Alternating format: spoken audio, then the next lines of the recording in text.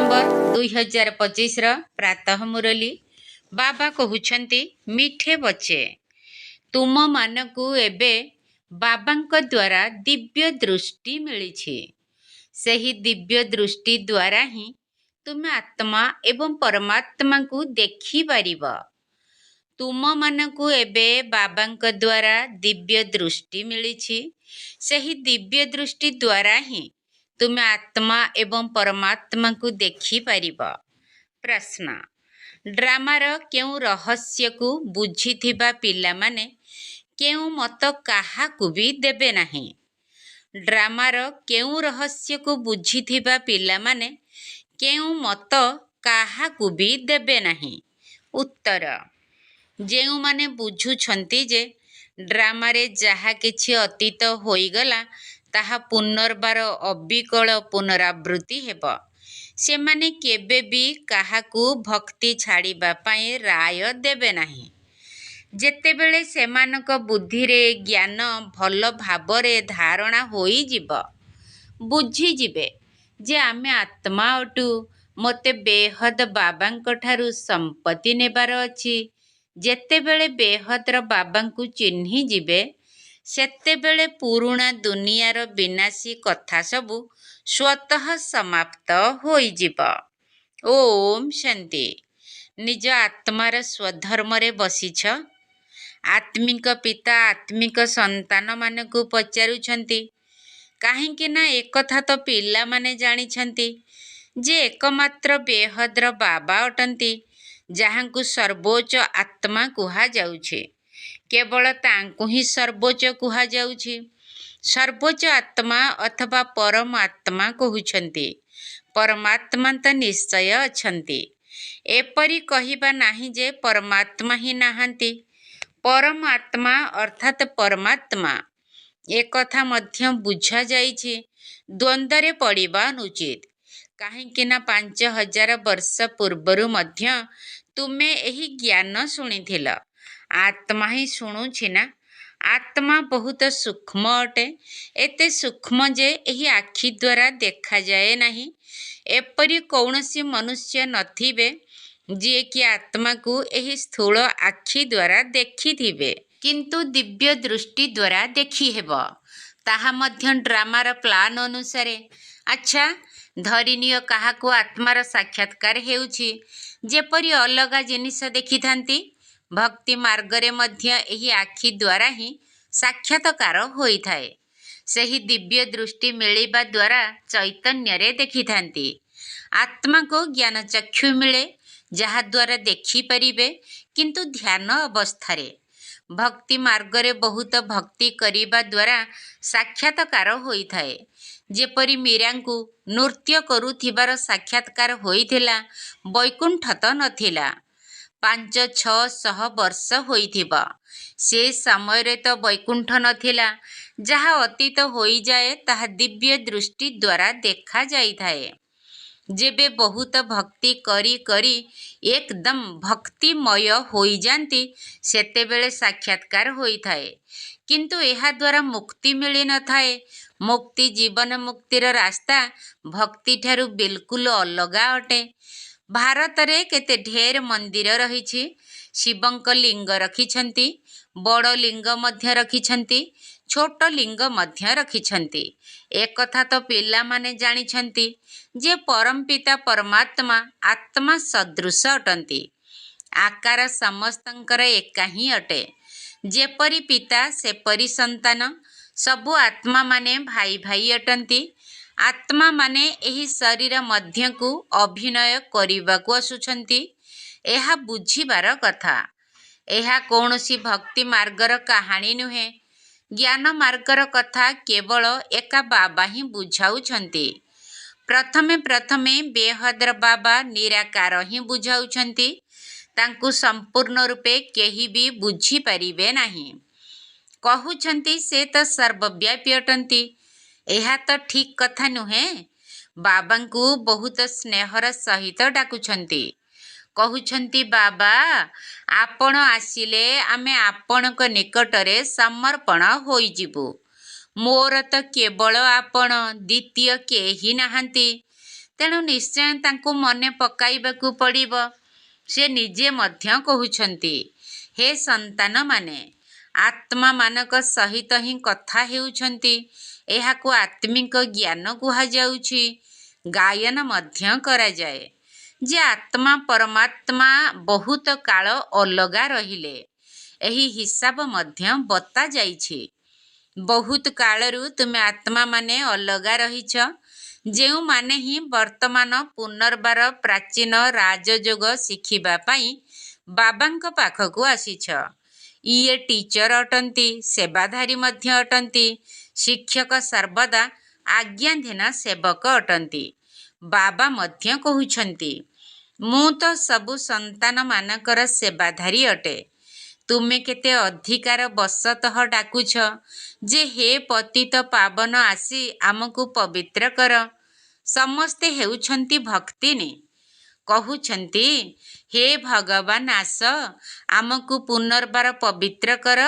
ସ୍ୱର୍ଗକୁ ପବିତ୍ର ଦୁନିଆ, ନର୍କକୁ ପତିତ ଦୁନିଆ କୁହାଯାଏ। ଏସବୁ ବୁଝିବାର କଥା। ଏହା କଲେଜ ଅଥବା ଈଶ୍ୱର ପିତାଙ୍କର ବିଶ୍ୱବିଦ୍ୟାଳୟ ଅଟେ। ଏହାର ଲକ୍ଷ୍ୟ ହେଉଛି ମନୁଷ୍ୟରୁ ଦେବତା ହେବା। ପିଲାମାନେ ନିଶ୍ଚୟ କରୁଛନ୍ତି କି ଆମକୁ ଏହିପରି ହେବାକୁ ପଡ଼ିବ।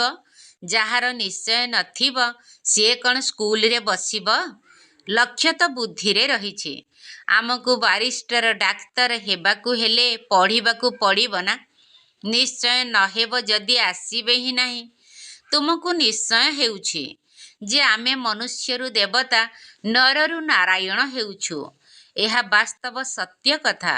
ନରରୁ ନାରାୟଣ ହେବାର କଥା। ବାସ୍ତବରେ ଏହା ହେଉଛି ପାଠପଢ଼ା। କିନ୍ତୁ ଏହାକୁ କଥା କାହିଁକି କହୁଛନ୍ତି? କାହିଁକି ନା 5000 ବର୍ଷ ପୂର୍ବରୁ ମଧ୍ୟ ଶୁଣିଥିଲ, ଅତୀତ ହୋଇଯାଇଛି। ଅତୀତକୁ କଥା କୁହାଯାଇଥାଏ। ଏହା ହେଉଛି ନରରୁ ନାରାୟଣ ହେବାର ଶିକ୍ଷା। ପିଲାମାନେ ଭଲ ଭାବରେ ବୁଝୁଛନ୍ତି ଯେ ନୂଆ ଦୁନିଆରେ ଦେବତାମାନେ ଏବଂ ପୁରୁଣା ଦୁନିଆରେ ମନୁଷ୍ୟମାନେ ରହିଥାନ୍ତି। ଦେବତାମାନଙ୍କ ପାଖରେ ଥିବା ଗୁଣ ମନୁଷ୍ୟମାନଙ୍କ ପାଖରେ ନାହିଁ। ସେଥିପାଇଁ ତାଙ୍କୁ ଦେବତା କୁହାଯାଉଛି। ମନୁଷ୍ୟ ଦେବତାମାନଙ୍କୁ ନମସ୍କାର କରିଥାନ୍ତି। ଆପଣ ସର୍ବଗୁଣ ସମ୍ପନ୍ନ। ପୁଣି ନିଜକୁ କହୁଛନ୍ତି, ଆମେ ପାପୀ, ନୀଚ ଅଟୁ। ମନୁଷ୍ୟ ହିଁ କହୁଛନ୍ତି, ଦେବତାମାନଙ୍କୁ ତ କହିବେ ନାହିଁ। ଦେବତାମାନେ ସତ୍ୟ ଯୁଗରେ ଥିଲେ। କଳି ଯୁଗରେ ସେମାନେ ରହିପାରିବେ ନାହିଁ। କିନ୍ତୁ ଆଜିକାଲି ତ ସମସ୍ତଙ୍କୁ ଶ୍ରୀ ଶ୍ରୀ କହିଦେଉଛନ୍ତି। ଶ୍ରୀ ଅର୍ଥ ଶ୍ରେଷ୍ଠ। ସର୍ବଶ୍ରେଷ୍ଠ ତ ଭଗବାନ ହିଁ କରିପାରିବେ। ଶ୍ରେଷ୍ଠ ଦେବତାମାନେ ସତ୍ୟ ଯୁଗରେ ଥିଲେ। ବର୍ତ୍ତମାନ କୌଣସି ମନୁଷ୍ୟ ଶ୍ରେଷ୍ଠ ନୁହନ୍ତି। ତୁମେ ପିଲାମାନେ ଏବେ ବେହଦର ସନ୍ନ୍ୟାସ କରୁଛ। ତୁମେ ଜାଣିଛ ଏହି ପୁରୁଣା ଦୁନିଆ ବିନାଶ ହେବାକୁ ଯାଉଛି। ସେଥିପାଇଁ ଏ ସବୁଥିରୁ ବୈରାଗ୍ୟ ଆସୁଛି। ସେମାନେ ତ ହେଲେ ହଠଯୋଗୀ ସନ୍ନ୍ୟାସୀ। ଘରଦ୍ୱାର ଛାଡ଼ି ବାହାରିଗଲେ, ପୁଣି ଆସି ମହଲରେ ବସିଛନ୍ତି। ନଚେତ୍ କୁଡ଼ିଆ ତିଆରି କରିବାରେ କୌଣସି ଖର୍ଚ୍ଚ ହୋଇନଥାଏ। ଏକାନ୍ତ ନିମନ୍ତେ ମହଲ ନୁହେଁ, କୁଡ଼ିଆରେ ବସିବାକୁ ପଡ଼ିଥାଏ। ବାବାଙ୍କର ମଧ୍ୟ କୁଡ଼ିଆ ତିଆରି ହୋଇଛି। କୁଡ଼ିଆରେ ସବୁ ସୁଖ ଅଛି। ଏବେ ତୁମକୁ ପୁରୁଷାର୍ଥ କରି ମନୁଷ୍ୟରୁ ଦେବତା ହେବାକୁ ପଡ଼ିବ। ତୁମେ ଜାଣିଛ, ଡ୍ରାମାରେ ଯାହା କିଛି ଅତୀତ ହୋଇଯାଇଛି, ତାହା ଅବିକଳ ପୁନରାବୃତ୍ତି ହେବ। ସେଥିପାଇଁ କାହାକୁ ବି ଏପରି ରାୟ ଦିଅ ନାହିଁ କି ଭକ୍ତିକୁ ଛାଡ଼। ଯେବେ ଜ୍ଞାନ ବୁଦ୍ଧିରେ ଆସିଯିବ, ତେବେ ବୁଝିବେ ଯେ ଆମେ ଆତ୍ମା ଅଟୁ। ଆମକୁ ତ ଏବେ ବେହଦ ବାବାଙ୍କ ଠାରୁ ବର୍ଷା ନେବାକୁ ହେବ। ବେହଦ ବାବାଙ୍କର ପରିଚୟ ମିଳିଗଲେ ପୁଣି ହଦ୍ର ସବୁ କଥା ସମାପ୍ତ ହୋଇଯାଏ। ବାବା କହୁଛନ୍ତି, ଗୃହସ୍ଥ ବ୍ୟବହାରରେ ରହି କେବଳ ବୁଦ୍ଧିର ଯୋଗ ବାବାଙ୍କ ସହିତ ଲଗାଇବାକୁ ହେବ। ଶରୀର ନିର୍ବାହ ଅର୍ଥେ ମଧ୍ୟ କର୍ମ କରିବାକୁ ହେବ। ଯେପରି ଭକ୍ତିରେ ମଧ୍ୟ କେହି କେହି ବହୁତ ନବଧା ଭକ୍ତି କରିଥାନ୍ତି। ନିୟମ ମୁତାବକ ପ୍ରତ୍ୟହ ଯାଇ ଦର୍ଶନ କରିଥାନ୍ତି। ଦେହଧାରୀଙ୍କ ପାଖକୁ ଯିବା, ଏସବୁ ହେଲା ଶାରୀରିକ ଯାତ୍ରା। ଭକ୍ତି ମାର୍ଗରେ କେତେ ବୁଲି ବୁଲି କ୍ଷତି ସହିବାକୁ ପଡ଼ିଥାଏ। ଏଠାରେ କିଛି କ୍ଷତି ସହିବାକୁ ପଡ଼ିବ। ଏଠାକୁ ଆସିଲେ ବୁଝାଇବା ପାଇଁ ବସାଯାଇଥାଏ। ତେବେ ବାବାଙ୍କୁ ମନେ ପକାଇବା ନିମନ୍ତେ କୌଣସି ଗୋଟିଏ ଜାଗାରେ ବସିବାର ଆବଶ୍ୟକତା ନାହିଁ। ଭକ୍ତି ମାର୍ଗରେ ଯଦି କେହି ଶ୍ରୀକୃଷ୍ଣଙ୍କର ଭକ୍ତ ହୋଇଥାନ୍ତି, ତେବେ ଏପରି ନୁହେଁ ଯେ ଚାଲି ବୁଲି କୃଷ୍ଣଙ୍କୁ ୟାଦ କରିପାରିବେ ନାହିଁ।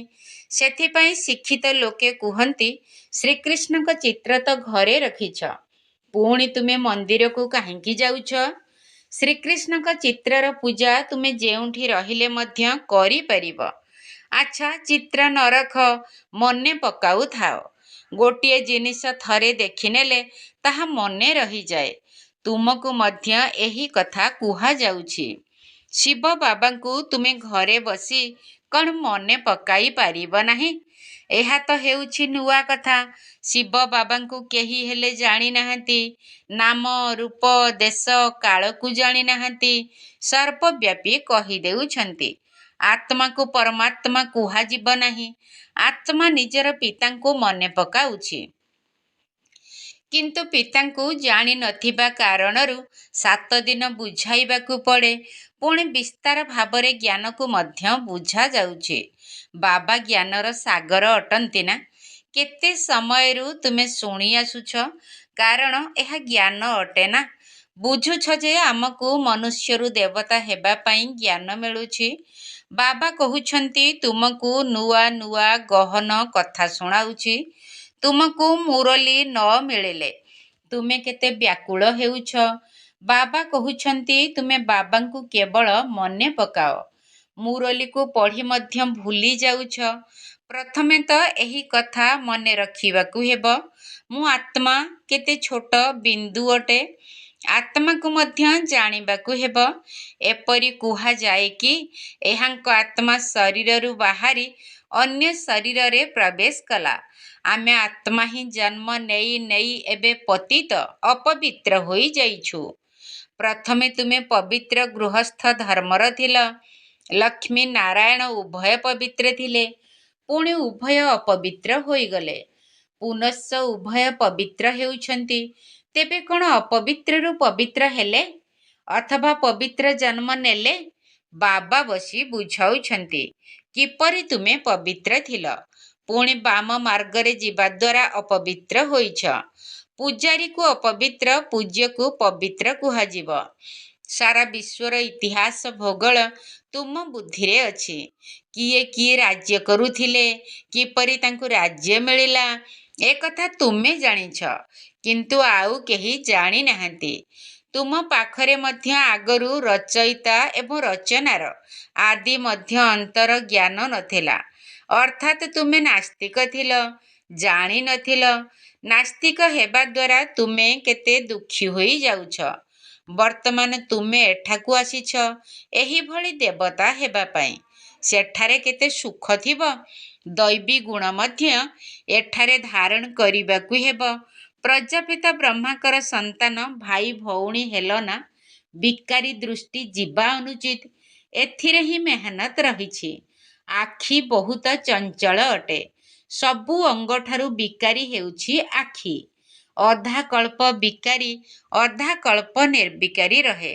ସତ୍ୟ ଯୁଗରେ ଦୃଷ୍ଟି ବିକାରୀ ରହିବ ନାହିଁ। ଦୃଷ୍ଟି ବିକାରୀ ହେଲେ ଅସୁର କୁହାଯାଏ।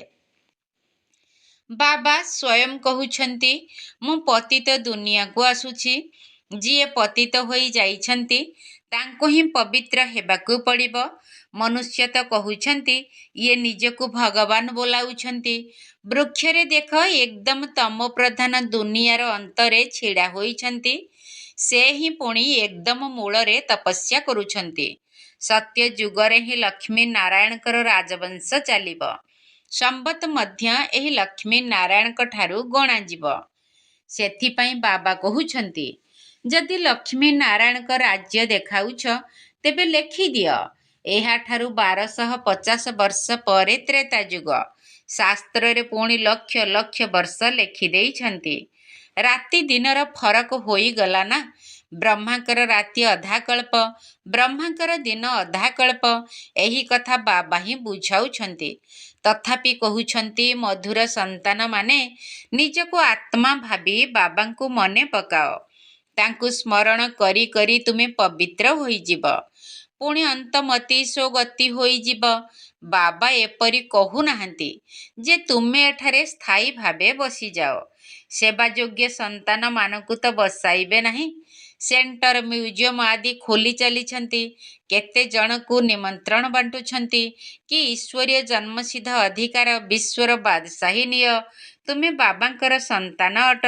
ବାବା ତ ସ୍ୱର୍ଗର ରଚୟିତା ଅଟନ୍ତି। ତେଣୁ ତୁମ ନିକଟରେ ମଧ୍ୟ ସ୍ୱର୍ଗର ସମ୍ପତ୍ତି ଥିବା ଦରକାର। ବାବା କହୁଛନ୍ତି, ମୁଁ କଳ୍ପରେ ଥରେ ମାତ୍ର ସ୍ୱର୍ଗର ସ୍ଥାପନା କରିବାକୁ ଆସୁଛି। ଏହି ଏକମାତ୍ର ଦୁନିଆ ରହିଛି ଯାହାର ଚକ୍ର ଘୁରୁଛି। ମନୁଷ୍ୟମାନଙ୍କର ତ ଅନେକ ମତ, ଅନେକ କଥା ରହିଛି, କେତେ ମତ ମତାନ୍ତର ରହିଛି। ଏହାକୁ ଅଦ୍ୱୈତ ମତ କୁହାଯାଉଛି।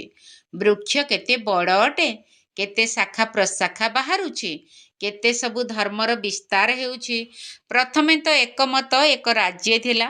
ସାରା ବିଶ୍ୱରେ ଲକ୍ଷ୍ମୀ ନାରାୟଣଙ୍କର ରାଜ୍ୟ ଥିଲା। ଏ କଥା ମଧ୍ୟ ଏବେ ତୁମେ ଜାଣୁଛ। ଆମେ ହିଁ ସାରା ବିଶ୍ୱର ମାଲିକ ଥିଲୁ। ପୁଣି 84 ଜନ୍ମ ଭୋଗ କରି କାଙ୍ଗାଳ ହୋଇଛୁ। ଏବେ ତୁମେ କାଳ ଉପରେ ବିଜୟ ପ୍ରାପ୍ତ କରୁଛ। ସେଠାରେ କେବେ ଅକାଳ ମୃତ୍ୟୁ ହୁଏ ନାହିଁ। ଏଠାରେ ଦେଖ, ବସୁ ବସୁ ଅକାଳ ମୃତ୍ୟୁ ହୋଇଯାଉଛି। ଚାରିଆଡ଼େ ମୃତ୍ୟୁ ହିଁ ମୃତ୍ୟୁ ହେଉଛି। ସେଠାରେ ଏପରି ହେବ ନାହିଁ। ସମ୍ପୂର୍ଣ୍ଣ ଆୟୁଷ ପର୍ଯ୍ୟନ୍ତ ଜୀବନ ଚାଲିବ। ଭାରତରେ ପବିତ୍ରତା, ସୁଖ, ଶାନ୍ତି, ସମୃଦ୍ଧି ସବୁ କିଛି ଥିଲା। ହାରାହାରି ଆୟୁଷ 150 ବର୍ଷ ଥିଲା। ଏବେ କେତେ କମ୍ ଆୟୁଷ ରହିଛି। ଈଶ୍ୱର ହିଁ ତୁମକୁ ଯୋଗ ଶିଖାଉଛନ୍ତି। ଯେଉଁଥିପାଇଁ ତୁମକୁ ଯୋଗେଶ୍ୱର କୁହାଯାଉଛି। ସେଠାରେ ଏକଥା କେହି କହିବେ ନାହିଁ, ବର୍ତ୍ତମାନ ତୁମେ ଯୋଗେଶ୍ୱର ଅଟ। ତୁମକୁ ଈଶ୍ୱର ରାଜଯୋଗ ଶିଖାଉଛନ୍ତି, ପୁଣି ରାଜରାଜେଶ୍ୱର ହେବ। ଏବେ ତୁମେ ଜ୍ଞାନେଶ୍ୱର ହୋଇଛ, ପୁଣି ରାଜେଶ୍ୱର ଅର୍ଥାତ୍ ରାଜାମାନଙ୍କର ରାଜା ହେବ। ଆଚ୍ଛା, ମିଠା ମିଠା ଶିଖିଲ ଦେ ସନ୍ତାନମାନଙ୍କ ପ୍ରତି ମାତା ପିତା ବାପ ଦାଦାଙ୍କର ମଧୁର ସ୍ନେହ ସମ୍ପନ୍ନ ଶୁଭେଚ୍ଛା ଏବଂ ସୁପ୍ରଭାତ। ଆତ୍ମିକ ପିତାଙ୍କର ଆତ୍ମିକ ସନ୍ତାନମାନଙ୍କୁ ନମସ୍ତେ।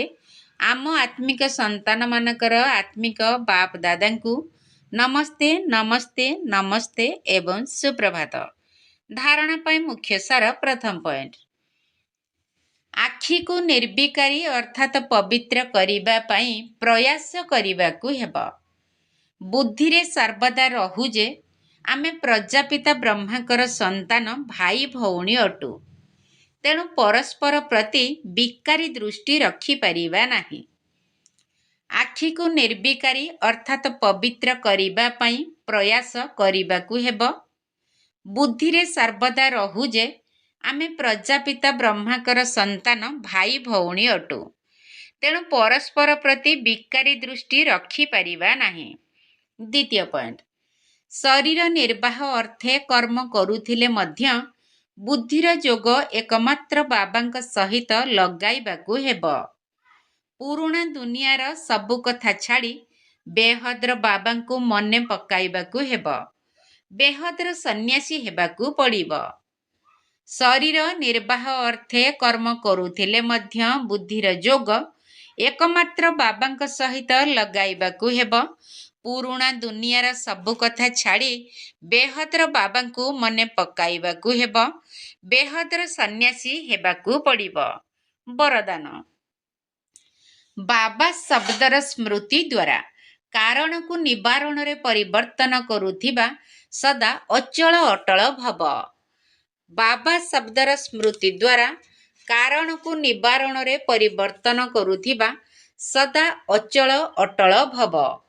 କୌଣସି ବି ପରିସ୍ଥିତି ଯେତେ ଅସ୍ଥିର ହୋଇଥାଉ ନା କାହିଁକି, ବାବା ଶବ୍ଦ କହିବା ମାତ୍ରକେ ତୁମେ ଅଚଳ ହୋଇଯିବ। ଯେତେବେଳେ ପରିସ୍ଥିତିର ଚିନ୍ତନରେ ଚାଲି ଯାଉଛ, ସେତେବେଳେ ତାହା ବଡ଼ କଷ୍ଟଦାୟୀ ଅନୁଭବ ହେଉଛି। ଯଦି କାରଣ ବଦଳରେ ନିବାରଣର ଚିନ୍ତନ କରିବ, ତେବେ ସେହି କାରଣ ହିଁ ନିବାରଣରେ ପରିବର୍ତ୍ତିତ ହୋଇଯିବ।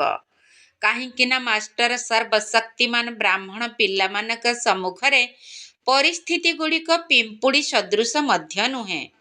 କେବଳ କ'ଣ ହେଲା, କାହିଁକି ହେଲା ଏଭଳି ଚିନ୍ତା କରିବା ପରିବର୍ତ୍ତେ ଯାହା ହେଲା ସେଥିରେ କଲ୍ୟାଣ ଭରି ରହିଛି, ସେବା ସମାହିତ ହୋଇଅଛି। ଯଦିଓ ଭିନ୍ନ ଭିନ୍ନ ପରିସ୍ଥିତିର ରୂପ ଦେଖାଯାଉଛି, କିନ୍ତୁ ସେଥିରେ ସେବା ସମାହିତ ହୋଇ ରହିଛି। ଯଦି ଏହିଭଳି ରୂପରେ ଦେଖିବ, ତେବେ ସର୍ବଦା ଅଚଳ ଅଟଳ ରହିବ। ସ୍ଲୋଗାନ: ଏକମାତ୍ର ବାବାଙ୍କର ପ୍ରଭାବରେ ରହିଥିବା ଆତ୍ମା କୌଣସି ବି ଆତ୍ମାର ପ୍ରଭାବରେ ଆସିପାରିବ ନାହିଁ।